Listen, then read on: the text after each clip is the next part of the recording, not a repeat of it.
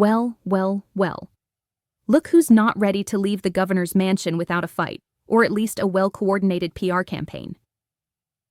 Ron DeSantis, Florida's very own culture warrior-in-chief, might be wrapping up his term. But if the tea is to be believed, the family DeSantis is scheming up a little something to keep the place in the family. Enter Casey DeSantis, former TV host, current First Lady, and possibly Florida's next gubernatorial hopeful. Because apparently, public service now comes with a family discount. Political insiders have been buzzing louder than a mosquito in July about the couple's alleged plan to hand off the governorship from Ron to Casey, like it's a timeshare in Destin.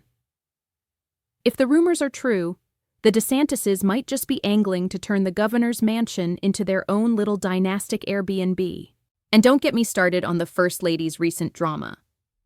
Casey's been getting some serious side-eye for her cozy involvement with political fundraising outfits that just so happen to align perfectly with her husband's agenda.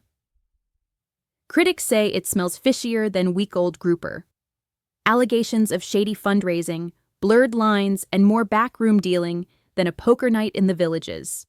But really, are we surprised? We're talking about Florida, the state that loves to pound its chest about being tough on crime, but can't seem to elect a governor who isn't either a crook or a close personal friend of one. Let's rewind to Rick Scott, shall we? Before Scott was overseeing the state's affairs, he was CEO of Columbia HCA, a healthcare conglomerate that pulled off what was, at the time, the largest Medicare fraud in American history. A casual $1.7 billion in fines later, and voila. He's in the governor's mansion, and now he's chilling in the U.S. Senate like that whole fraud thing was just a minor oopsie. No jail, no real fallout, just a promotion. Because Florida. It's almost poetic, really.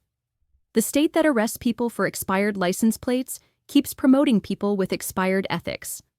They lock up folks down there for petty theft while giving the keys to the state to people who can't stop tripping over federal investigations or ethics complaints. Law and order? Sure, just as long as you're not rich, powerful, or married to the guy who signs executive orders. So, will Florida break the cycle in 2026? Will voters say no to dynastic drama and yes to integrity? Or will they just rename the governor's mansion Casa DeSantis and call it a day? Stay tuned, Florida. At this rate, the only thing more reliable than a thunderstorm at 3 p.m. is another ethically questionable governor.